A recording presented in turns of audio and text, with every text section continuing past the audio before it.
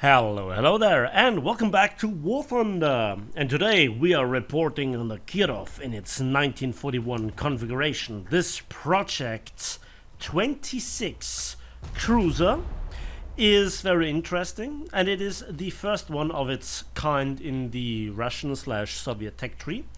It sits at battle rating 5.7 and rank 4. So this is our fifth ship on the 5.7 battle rating journey through the heavy cruisers. And this is one of the strangest ships in this on this journey, because it is somewhere a hybrid between a light cruiser and a heavy cruiser. And when I say the series of heavy cruisers, I usually refer to 8-inch or 203mm guns. The Kirov, however, has 9 180mm-57 B1P guns. And we also have a higher than usual rate of fire. We have a reload of 11 seconds. And that gives us, for 9 guns, an overall DPM of 49.1 rounds per minute. That is really impressive and not too far off the highest round per minute DPMs of 50 that we have seen on the IHN Miyoko in its 1944 configuration. So there is a lot to unravel, and I want to start with a couple of statistics regarding the armor. The armor is bad. It's 50mm basically everywhere. The belt armor, the bulkheads, the deck armor, the barbettes, the turret fronts, turret roofs, turret sides. Everything is 50mm. And that means you can be easily penetrated, even at distance, by a 5-inch 38. So this ship is paper. And also, while the magazine for the main magazine lies well below the water level, well, the shell room, which if you detonate loses all the ammunition in a minor magazine explosion, if you will, is just at the waterline and still accessible in the barbette armor. And you can easily lose basically all your main battery in a couple of salvos from a destroyer on a very reliable scale for both sides. So the crew also dies really fast from HE, SAP and AP spam alike. It doesn't matter. This is the poster child of a glass cannon. It dies really quickly. And it's not the same as with the HMS London, where no armor is best armor is a valid, point of development, if you will. Here on the Kirov, the ship dies. The ship really, really dies when getting shot at. It's really fragile. I love to shoot them with basically everything. Even the worst cruiser has a field day when shooting at those things. Now let's come to the main guns. So we have a really high rate of fire. And when we also talk about firing over the bow, due to 2/3 of the firepower, with this quick reload being pointed facing forward, amongst the cruisers in comparison facing forward, this has by far the highest DPM. So you can basically go to places and still be relatively efficient. But when we have a lower caliber, do we have less capabilities with the shells? Well, let's find out, and let's enjoy this Russian magic.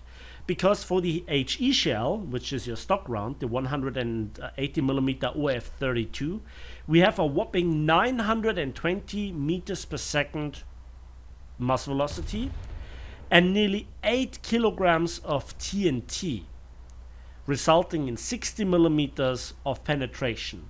This is, for its caliber, a heavy shell. It is not quite there where a lot of the other 8-inch heavy cruiser armed HE shells are, but it's still potent for an HE shell. Then we have, as a tier 2 upgrade, the 180mm PB32 SAP round. And that's an SAP CBC round. Again, a very high muzzle velocity of 920 meters per second. And it has 7 kilograms of TNT. Now for a SAP round, especially in that caliber, that is a lot. And it also has quite the penetration. At 1000 meters, 207 millimeters, and at 10 kilometers, still 141 millimeters.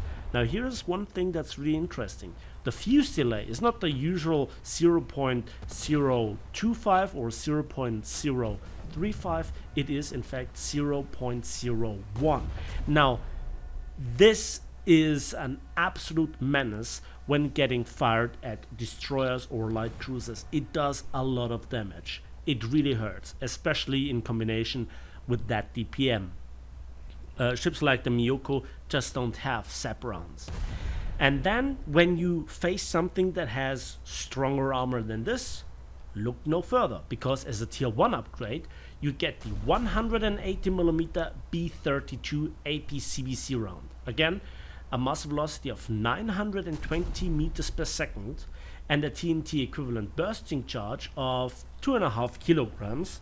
And well, you know, the bursting charge isn't that outstanding. It's not bad for its caliber in relative terms, but you know, there are the majority of the heavy cruisers with their AP have more bursting charge, the only exception being the USS New Orleans with only 1.62.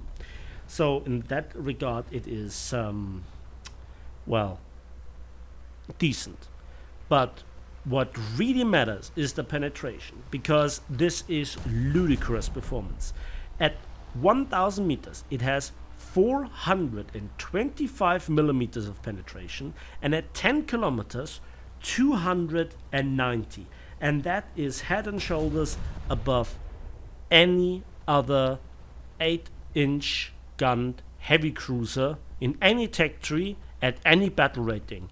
This is even stronger than German World War I 11-inch guns at distance. You can't compete with the bursting charge, but when it comes to raw penetration, this is just ludicrous. But there is one problem. You have the same fuse delay of 0.01 seconds like, for instance, the SAP round. While for the SAP round that's really optimal, I'd say, better than some other SAP rounds of other heavy cruisers. But here, that doesn't allow you to get to the guts. The shell basically prematurely detonates, especially when fighting the German Admiral Hipper class with its turtleback. I'm convinced that all the shells just simply have no problem punching through the main belt, but then they just explode in the space between the main belt and the turtleback without having the punching power to go through the turtleback. And so you have no problem, you know, hitting and punching through the armor of anything that you face, even light and heavy cruisers, maybe even some dreadnoughts. But you just don't damage them. And this, in combination with its hyper fragility, just absolutely ruins this ship. This is absolutely the downfall. Now, there is more about the ship, for instance, that you have proximity fuse on the 3 100mm guns per side. On the Kirov you do not have a radar, but you have therefore a catapult fighter or catapult hydroplane. You also have some torpedoes, 3 per side. There are the 533mm 5339s. They are better than nothing. If you get jumped, you still can at least kill your opponent. Decent range, okayish speed, and the warhead is alright. But yeah, it's all about the guns and the fragility of the ship. When you do not get shot, and when you have something that you can pummel effectively with SAP round, this ship is fun. as it is gorgeous. I really love the sleek design, even the skin, the turrets, they just look so good. But here is one thing that I always had a big problem with, and that is the quote-unquote realism. Taking the fuse delay of the shells aside, it is the combination of this high rate of fire in-game and, well, that some points of realism do not get addressed, because those guns were intended to have the rate of fire of a light cruiser with the firepower of a heavy cruiser, and the ships in reality failed miserably because due to the high muzzle velocity, the wear and tear on the barrels was so immense that the propellant charges had effectively to be reduced. Therefore, the penetration was much lower. And due to the cramped designs of those triple turrets, which have the barrels as far apart as on US heavy cruisers, where we have roughly 15-16 seconds of reload, the Russians reported themselves when firing the guns from the ships in those turrets that they had more the reload of a battleship, 1.5 rounds or 2 rounds per minute. Here in game we have 11 seconds, which was the trial speed on single mounts in open fields. This is basically the TLDR from what I know, and honestly the only thing holding the ship back is not just the fragility of the armor layout and so forth, but also the very short fuse on the AP rounds that prevent you from detonating everything that you shoot, because the raw stats aside from the fuse delay are phenomenal.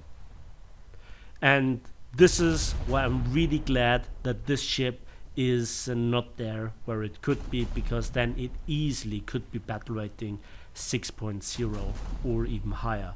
But you know, it's so far a typical glass cannon. It's fun to play as long as you don't get shot, and as long as you don't have to shoot ships that are extra wide.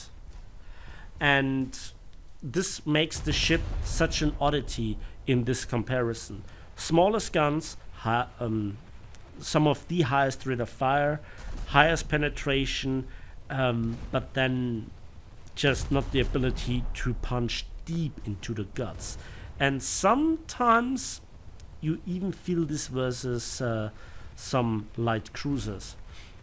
And yeah, that's it for me today. I hope you enjoyed this video. I hope you enjoy this journey through battle rating 5.7. Let me know in the comment section what you think about the ship, its approach, its design, how it gets played in War Thunder, your experience basically, if you agree or disagree. As usual, please give this video a like if it did, subscribe if you want to see more. For you, it's just a couple of clicks. For me, it means the world. And we'll see each other on battlefields, in the skies, and on the waves of War Thunder.